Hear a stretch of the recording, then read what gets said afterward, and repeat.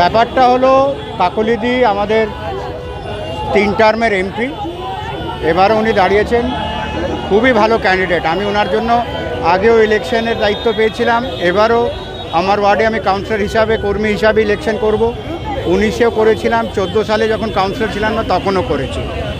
আর আমার জন্য গর্বের বিষয় হলো কি ওনার যে 4টে রোড শো, ওনার মধ্যে 4টের মধ্যে 2টা রোড শো উনি আমার ওয়ার্ড থেকে শুরু করলেন।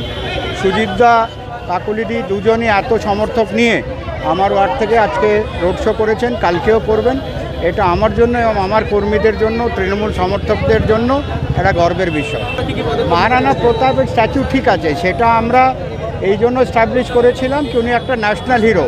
আমরা সব রকম সংস্কৃতিকে ভালোবাসি, সম্মান করি, কিন্তু তার থেকে বেশি হলো মানুষের পাশের থাকা।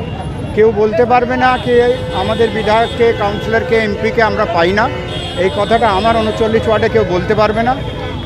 কলের সংখ্যা বলুন, টয়লেটের সংখ্যা বলুন, লাইটের সংখ্যা বলুন, আমরা দত্তাবাদের মানুষকে যতটা পেরেছি তার পাশে আমি দাঁড়াবার চেষ্টা করেছি।